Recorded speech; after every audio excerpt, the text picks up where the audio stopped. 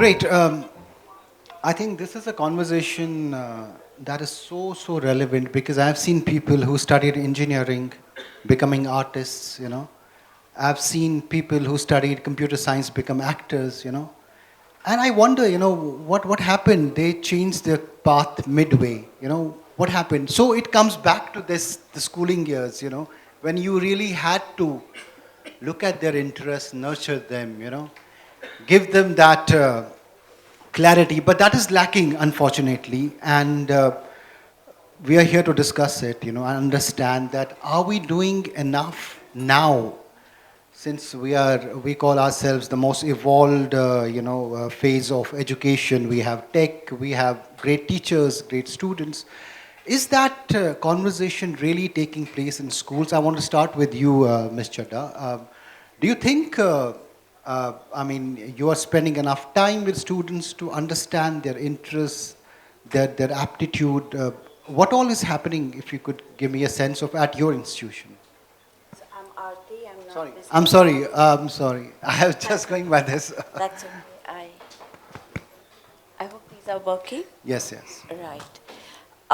So having spent nearly 28 years in the field of education, I'm still perplexed because, as you rightly said, large population of the students I taught, what they aspired during their nascent years never actually became a reality. So I was just reading an interesting news article day before yesterday where a doctor who's most likely penned the lyrics of that famous song Chand Balia. He was talking about how, having done his MD, he actually thought of pursuing his passion, which lay in the entertainment industry, specifically in the creative arts. So he chose to sing and pen down lyrics. And that really got me thinking, like you just mentioned, why is it that we as educators, as part of the schooling system, we are not really able to show that direction or maybe gauge the direction in which our students really want to move? Partly because we are so focused on a result-oriented education system that while we talk about passion and interest, we hardly focus on that. So, Right. Right. I think that is still an evolving place. I think more has to be done on that front to give students a clarity of what they want to become.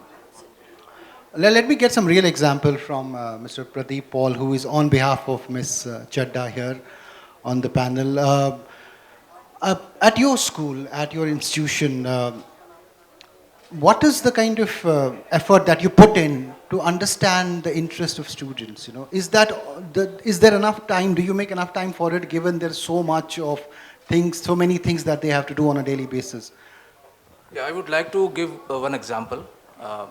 It looks very simple. I mean, interest and aptitude and personality, I think every one of us know. Schools have changed. I mean, when we were in schools a few years back and now, and we have a very significant role to play to explore their potential. Now, for example, I am a child. I take admission in a school where only two games are played, cricket and football. And I am told to choose one football. Is the school catering to the interest of the child? He doesn't know. He only knows two games. He then picks cricket, plays for 4 or 5 years continuously and then fails badly. So what is the problem? The problem is that we are not able to give them explore their potential by offering more games. So if you come to my school, I'm giving an example of sports. It is applicable to other areas as well. So in my school, then I offer them 19 sports and they can go maybe 3 months try this sport, 3 months try that sport. Then only he can know, we can know, teachers can know, students can know what is his real aptitude. So interest and aptitude are closely related, but again we need to give some time. It is not possible for maybe the counselor sitting in a closed room taking interview for 10 minutes to know what is his real aptitude. And then comes personality, takes years to build. So first thing is that being school, what we are doing wrong is not exploring, allowing them to explore more and more areas of their interest, and then only they are quite confused between interest and aptitude. I may be interested in cricket. I like to watch cricket. I like to play cricket. But when I go there, I can't face any ball. So my aptitude lies somewhere else. Where is my aptitude? I don't know unless I go and explore myself. So we need to provide plethora of those activities, or be it sports, or be it any area that is I think very much required. I think you raised a very important point that, for example, you just offer them less, so how would they know what all they are capable of? You gave the example of sports in that. But not all institutions have the facility to give 19 or 20 sports, so they're limited by that. Ms. Bhatia, are we doing enough overall to understand the aptitude of students at a young age, or is it just a tick mark, just a fancy kind of a tick mark that we place in schools? How do you explain this? How do you see it? See, I'll not say it's a tick mark. A lot is being done, yet a lot more still needs to be done. Why I say so is that we are still in that stage of transformation where we are still fixated with IIT jana hai, engineering nahi karna hai, IIT, we want to make it to IIT. That charm still prevails over many other vocations. We are still into that phase of transition where we need to go from conventional career options to many more that 21st century is offering, especially in light of AI coming in, the YouTube influencers who are, becoming very popular amongst youth. Likewise, many people, because of some young role models in good sports people, have started taking archery, javelin throw, shooting as their professional career options, which was a big no-no, I would say a decade ago. So at schools, as two of my fellow friends have already spoken, I would like to just tell you that I have been personally engaged, and also I think we need to take it at a larger forum about this career tripod which I was talking to you in personal space, and I told you I'll be talking about that. Two of those legs, tripod has three key legs. Two legs have been explained by two of my fellow friends in passion and aptitude. But also we need to train our youngsters to see whether those two possibilities. Sometimes, you are an IITian, you want to become a photographer, you just want to become a wildlife tourist. Sometimes you just want to go out, earn money while you are pursuing your own passion. So children have to be prepared likewise. And also, one challenge that we have during this transitional phase is the career options that we are preparing them for are not going to exist.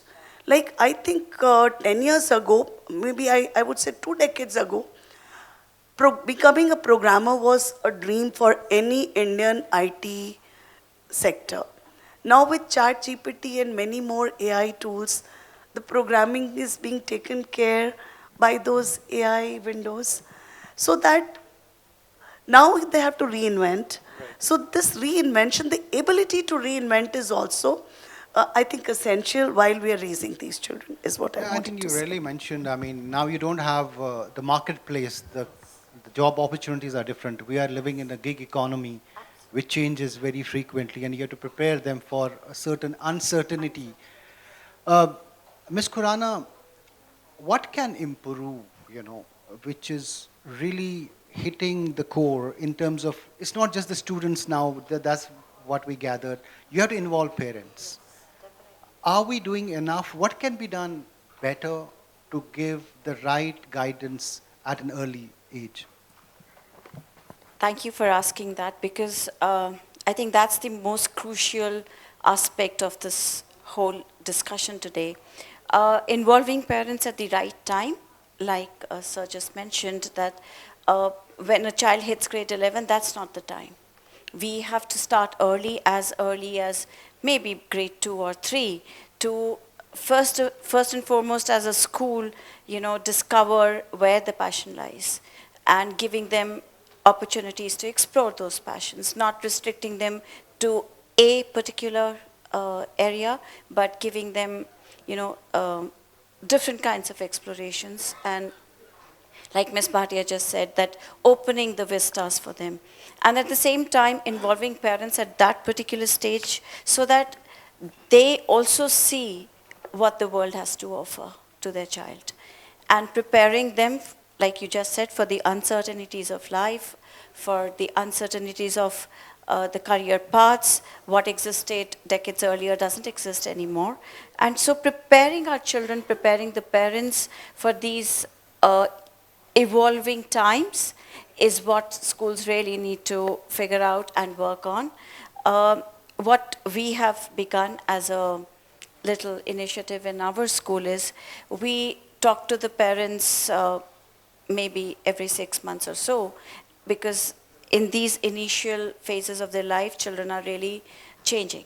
They are evolving themselves and their interests are changing, really often. So letting the parents in on those aspects, at the same time giving them, taking them along in exploring those opportunities is what we have begun working on.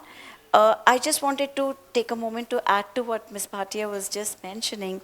And I want to hear, give an example of my own child who worked through the IB, but was very keen on psychology. However, at college, when she interned with certain hospitals and institutions, the trauma of what she heard and what she bore was not something that she could sustain. And when we talk about passion, when we talk about the child's interest, aptitude, everything went out of the window because she came down with her own mental health issues. Uh, and so as a parent, that really put me at crossroads because all her, growing up years, she only talked about being a psychologist, having keen interest, calling herself a people's person, being that ear to her friends. But it landed her in a place where I think she cannot pursue it as a career option. So as a parent myself, sitting back, going through that exercise again, was something I myself was not prepared for. So I think the role of parents, educators, schools, society at large needs to be relooked. And preparing ourselves first and then preparing our parents and our children is really, really important. Absolutely. Can I request the hotel staff to just tone a little, yes, yeah, tone it down because I could hear them here at this. Mr. Paul, what are your suggestions to improve and make this counseling really effective and holistic also, like involve parents? What are the things that can improve? Yeah, thank you. There are 2, 3 aspects. First, like ma'am just told, that we need to make our child little resilient, and that only happens in school. School is not only for education. We are not coaching centers. We need to make our children resilient. Now, how will that resilience and confidence comes in? I went to a debate. Every time, definitely, I'll not win. Sometime I win. Sometime I lose. When I win, I should be able to digest that win. When I lose, I should be able to digest my failure as well. So resilience comes after continuous practice. That is our role. And we also need to tell them not to get disappointed. Second thing is, there are some schools, so-called very academic-oriented schools. The child is studying, takes admission in nursery, and then clears grade 10 from the same school, and whatever their requirements are for a particular stream, they are refused, denied to take admission. Your own child who is studying with you from last 12, 13 years, denied admission in your own school. So when you yourself are not accepting your child who has been studying with you from last 13, 14 years and expecting some other school to accept him, it will never happen. I mean, you can't imagine the kind of heartbreakage happens at that time. So this is one. Second thing is that, like ma'am said, that we have started offering many subjects the subjects we never heard about a few years back, like handicraft is one of them, banking and insurance is one of them, information technology is one of them, AI is one of them in different grades, 10th, 11th, and 12th. Now that is okay, but the problem is that with that particular, I mean, even Hindustani music and others, but after passing out grade 12 with these subjects, are the universities accepting them or not? So as per NEP, they have changed the school. They have allowed children to take subject combinations, whatever they are good at, as per their aptitude and interest and strength. But are the universities ready to take those students or not? And being career counselors, it is very difficult for us to find those colleges. Now, all of us come from those schools where we cater to the privileged community. They are able to take admission abroad, where those subjects like tourism and other they are equally important, but not unfortunately in our country. Most of the students in India, I mean, DU is known for the best school system, best college system apart from technology. But they don't get admission because there are only few subjects where the CUET takes exams. So we need to change the examination system as well. So NEP has changed the schooling system quite predominantly, but not the university system. So this is one of the problems we are still facing it. So as principals, again, I think we should write to the education ministers and others, maybe the professors, to change a bit. Other thing which I like to again put emphasis is that earlier in the school system, I think we are all familiar that in a week, once a week, we have those subjects called SUPW or activities. So we are supposed to go for activity in that particular 40 minutes or 50 minutes lesson. But do you think that activities are done only during sports and during activity lessons? No. Every classroom is a laboratory, and the activities should happen every day in the classroom. If we are able to do this in our school, I think we'll achieve success. So we should be able to give leadership opportunity to each and every child to excel. I think in a school, in a setup, again I say that we are a privileged school where we have at most 20 to 25 students in a classroom. We are able to do it. But in a classroom where 60, 70 odd students are sitting in a classroom with one teacher, I don't think it is possible. It is very easy for us to make rules and expecting the government to implement rules. But with the current problem with such a huge population, I don't think it is possible. Right, right. Very, very well said. Ms. Bhatia, your expert advice on what can improve, how can we make it more holistic, more effective? See, the new National Education Policy 2020 has already given us an extra edge by doing away with silos in learning. We don't have any more offering of streams per se. Let's say even if I'm a humanities student and I wish to become a journalist and I want to become a photographer along with that, and I want to learn more about nuances of lenses, how to use lenses, what kind of cameras would I need. So I can take physics as one of my electives along with, let's say, history, geography, and political science. Well, that at the moment has its own challenges, because when I say I'm willing to take physics to learn more about lenses, I'll also have to learn about quantum mechanics. I'll also need to know about differential calculus, which I may not be interested in. So somewhere within the subject options, we'll have to go further down and have the content options also, and we have already started working along those lines. CBSE is going through that. And then also second thing that's happened as one of very positive changes is there's a tie-up with industries. Let's say if you're doing entrepreneurship, you're associated with some industry where you can do your internship and earn some credits. So those kind of things where what the child's future is, and also I feel the time is just right to have incubation centers within the school campuses, wherein we are like a nursery that prepares, keep the lights on, the financial viability. Sometimes we are good at something, we have aptitude for it, but we can't fund for our passion or as a profession. Like, let's say I'm a very good photographer and I want to go underwater to capture some microbes, but I do not have money to buy lenses that can capture my passion or my aptitude either way. So these are like on a tripod, three legs, what I call what you love doing, that is passion, what you're good at is your aptitude, and what keep the lights on is your financial viability. And as you asked me at school, we have to cater to all the three. Like for passion, we need to have the interest inventory, which we've started doing in portfolios.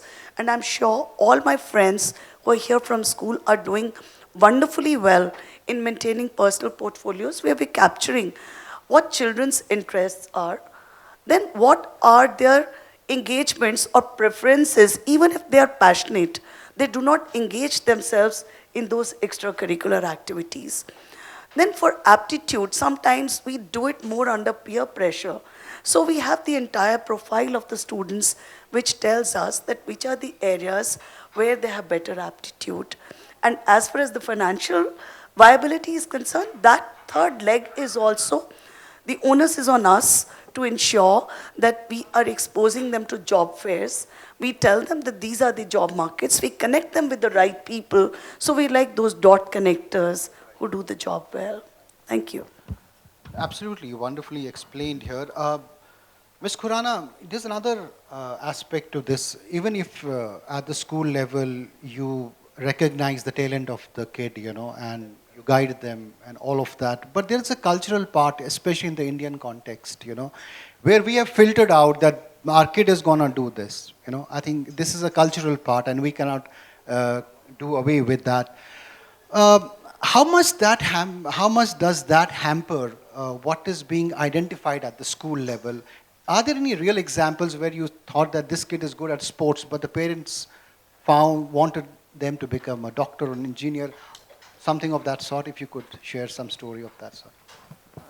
I think most of us sitting here, that's the apathy that we deal with on a day-to-day level, being educationists, and the smile on our faces would have said it all. Yes, it's a everyday story of passion versus parental aspiration. So the child's passion somewhere, I would say we are, from some privileged schools where we don't face the challenge so much. However, even there, parents would definitely have their personal aspirations plugged onto the child from a very early age. So when it comes to building portfolios, it is not the child's portfolio actually. It is Extension of the parents. extension of the parents' portfolio.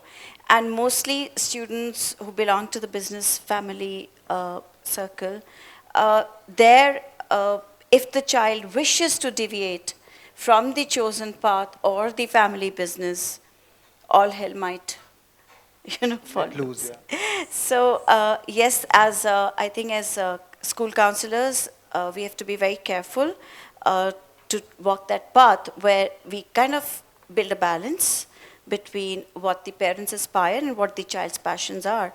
And somewhere finding that middle path also means giving the parent and the child plan A, B, and C.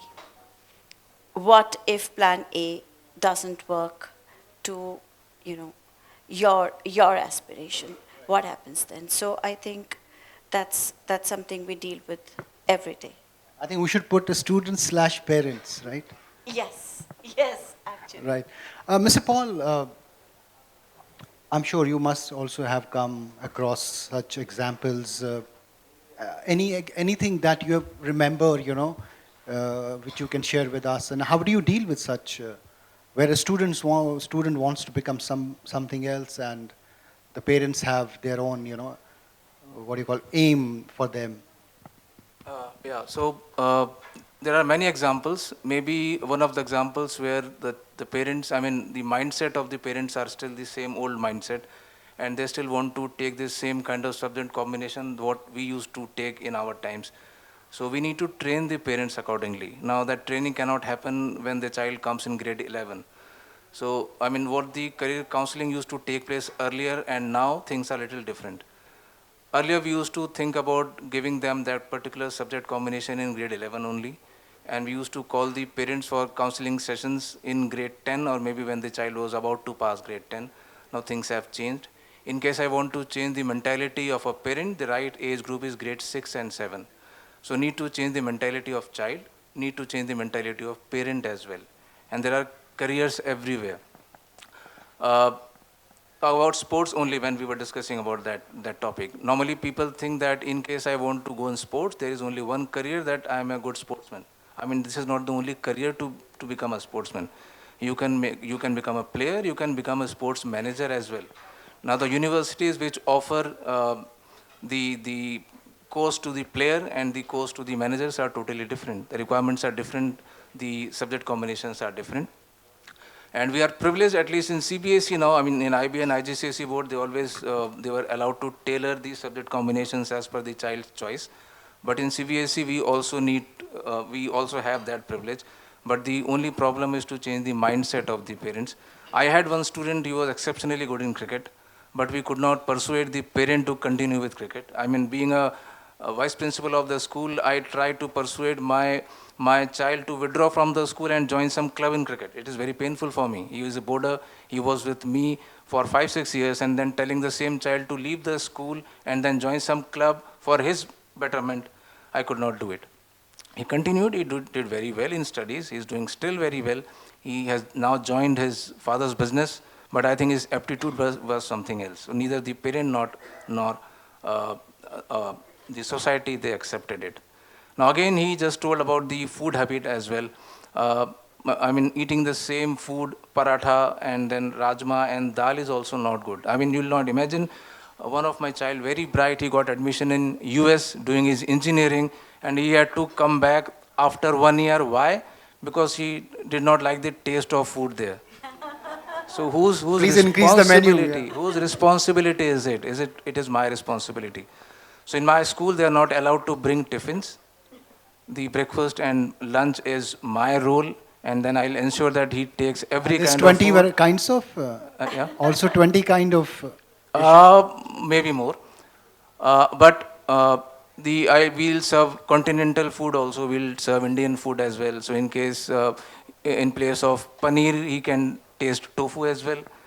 In place of dosa, he can eat something else. It's mandatory also. I mean, first service is mandatory.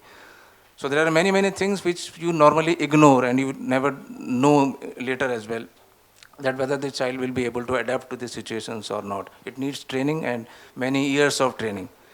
And I have also, I mean, which is the biggest problem in our country, is the coaching centers. Now what happens is that in grade 5 only the parent want to make him IITian. And they start going for tuitions in grade 6 only. My God, the schedules are so Yeah, hectic. yeah. The schedules are so So hectic. this is unbelievable. I mean, it is not possible. I mean, is it possible for me or teacher or tuition teacher to know the aptitude and interest where it lies? I don't think that before grade 9 you are able to access whether the child is good in studies or not, whether he is good for art, humanities or commerce or science. So this is the biggest problem, and I am disappointed with the schools where they allow the coaching centers to come to the school and take classes for 2 hours. I hope they are not sitting here, those principals. I mean, this is not done. We can't do this. Let the child explore the interest. We are killing his innovation and his creativity at this age only. So it should be stopped immediately. Government can't do it. But as principals, I think it's our hands. Now, what is the solution? The solution is to change the mindset. And I again tell that mindset of parent cannot be changed in grade 11. It has to be changed in grade 6 only. So heartening to see, I mean, attention to those even cultural nuances like food items. You gave a real example, and it's so moving, that he had to come back just because his food choice was different, and you're working on that. Really heartening to notice that how far above and beyond the institutions are going. Ms. Bhatia, could you share any example of a conflict between what the child wanted, what the parent did? Any example if you have, that would be interesting. I'll not say conflict, but yes, I would like to share one situation where I remember a young girl who wanted to be a doctor, very passionate about becoming a doctor. She had aptitude for science. Everything was super perfect. But sometimes the journey of being there kills it.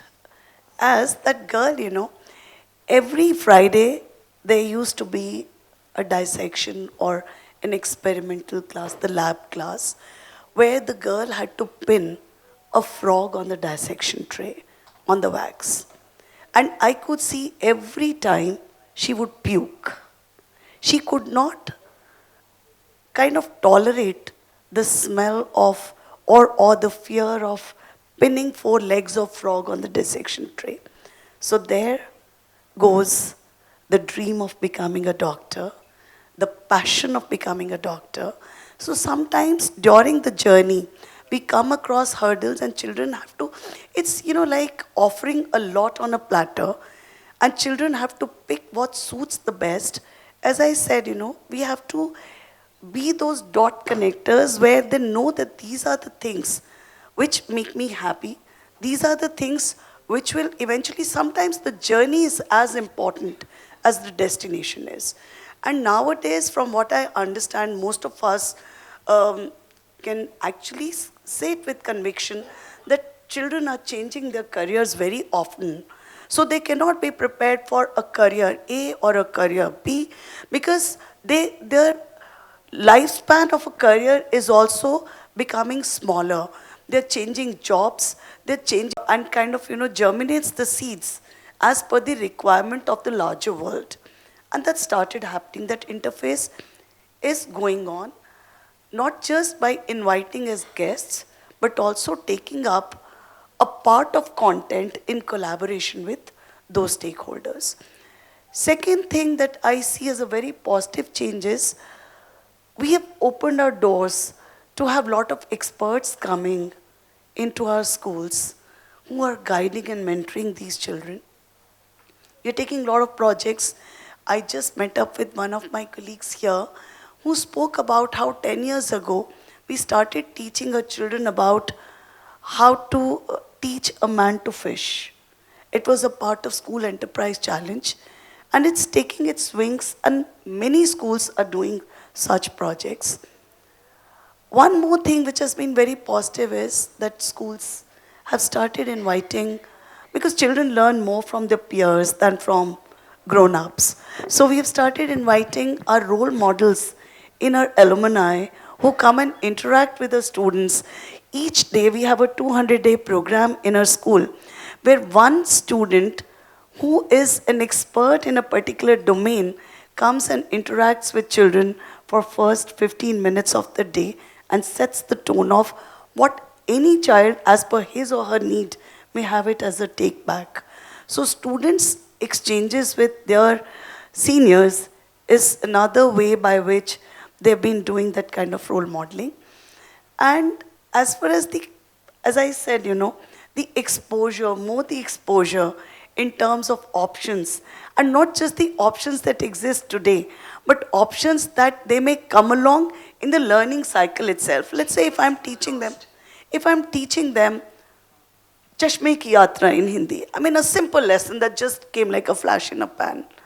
Now in that Chashme Ki Yatra itself, for those who are non-Hindi speaking, Chashma is spectacles and Yatra I'm sure is everybody journey. understands this, right? Yeah. So here, when I'm teaching that lesson in Hindi, I can take them about, how the progressive lenses happened. That was a need-based invention in 1959 when, we started spending too much time in front of screen. So progressive lenses happened. Right. How bifocals happened. And now with this kind of further exposure to digital spaces, children may need some other kind of chashma. We are traveling so much. When you go to Iceland, and children have so much glare troubling them. So Right. they need different kind of shades. So need-based inventions are also happening in the journey of learning itself. And I think that is where, and I think one more suggestion, again it came like flash in a pan, is the ideation is more important than innovation. So when they start ideating about any good thought, they should start pinning it on a pin board like an idea factory. And when they grow up, they may take it as a vocation. Absolutely. Some very wonderful practical suggestions here, and I always believe that there's another panelist, which is the audience, and I want to invite if there are any questions, this is your moment, else I'm going to my final question. Anyone has a question, please raise your hand, we'll get you the mic. Yes, please. You can be, yes, I think we can hear you. Assalamu alaikum, Suhail Saab. BW has brought all the educationists come parents, and few of the young students, two students I met during lunchtime, the girls are from Parsuram College of Technology. Now the question, anyone on the dais or off the dais can try to respond. RTI शुरू हुआ.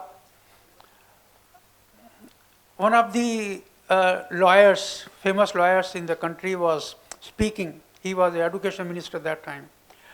I posed that question that time and I repeat and I then move on.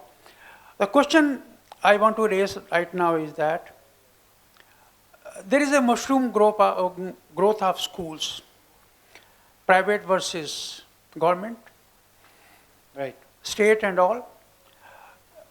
Now, is the syllabus same in all the schools, one? Or it has to be different? Mr. Bhardwaj teaches in a village. I'm sorry, So I think they got the context. I think they got the context. My apologies. Yeah. Okay, let me stand here. So they got the context. I think, there is not an even playing ground about. No, let me, come to that point.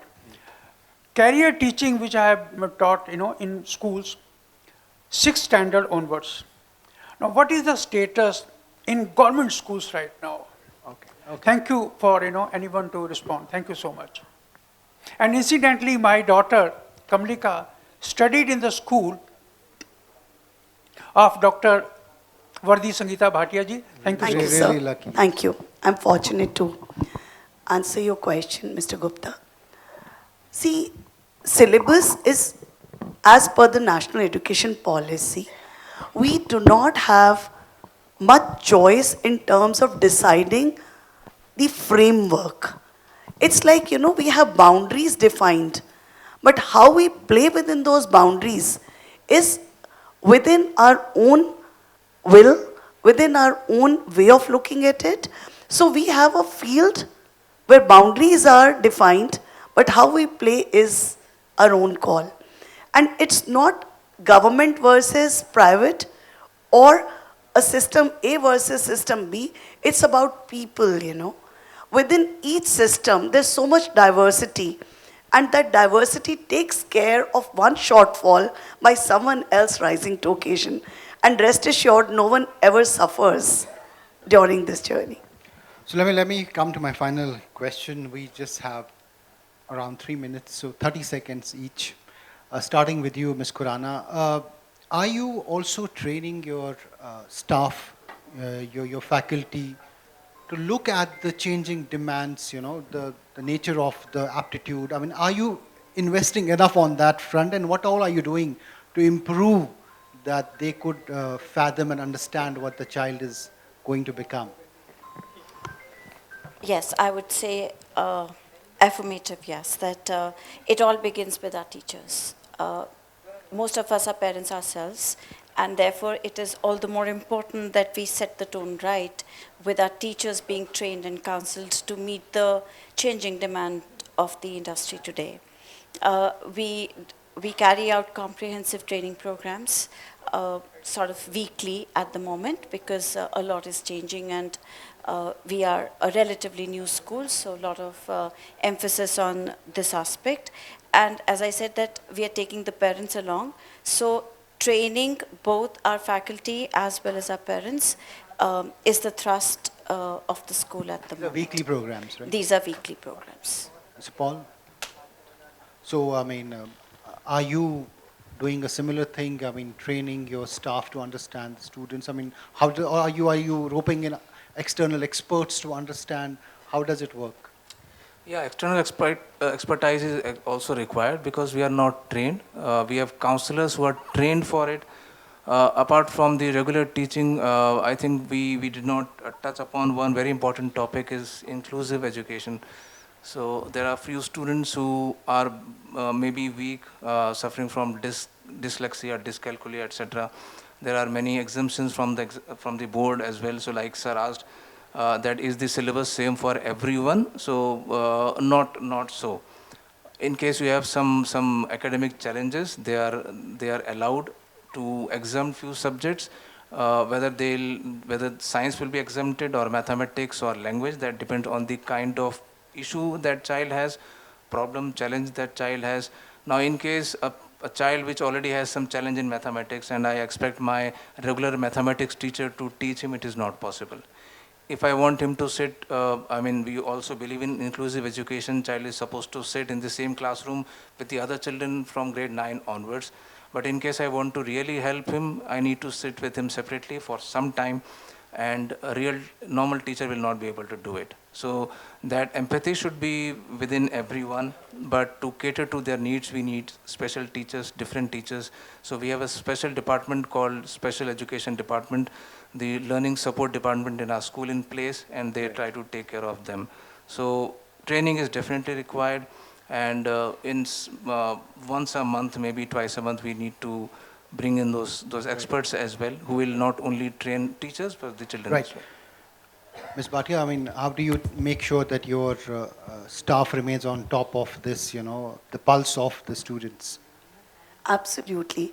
I feel one thing that's transformational or that impacts is love for children.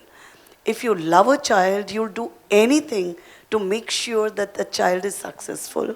So that's what we are practicing very hard in our system, and I think that works. Right. Thank you. And I also, just to sum up, I think maybe culturally also, we have changed, we need to change more. I think one of the bigger problems is that we don't celebrate failure at all. At the school, do we really do that? We don't do that, do we? Just a we do quick try 20-second example, if you could give me, I'll just wrap this We up. do try. Right. We really try. I won't comment for the older grades, but definitely, in the junior grades, we do try and celebrate failures, because failure will then eventually lead to innovation, and that will lead to a change. So I personally do that. I won't vouch for That's heartening everyone. to see. I think that's where innovation would come from. And we Because I still really have news. believe in this. When we still read the news that this IIT guy committed suicide because he was afraid of the exam, it goes back to the school system somewhere. I hope we are addressing that part. I Right? beg to differ. A child who has gone to the regular school and then failed in IIT, he will never commit suicide. The child who is not socially active, the child who has gone to quota and then he isolated himself in a closed room, and then he doesn't know how to then take the, is very challenging. My point is that So, it comes back to the school days somewhere, I think those conditions work, they have to be changed, altered. definitely. Right? And what the thing which we practice in our school, there are no toppers in our school. So there is no first ranker, second ranker, third ranker, although we give them subject toppers. So I may be very good in physics and I have right to be bad in English or vice versa. So everybody gets a chance to be a topper. Yes. Wonderful.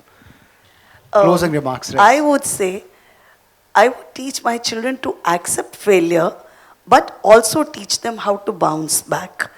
I am not from that generosity that I can say that I celebrate failure. I accept, but also I put them in reflective spaces as to what needs to be done differently, what needs to be tweaked such that they bounce back. Because bouncing back is very, very That's important. still a far better approach than to really put them into depression. But thank you for sharing these thoughts, and can we have a round of applause for the panelists? Thank you for that.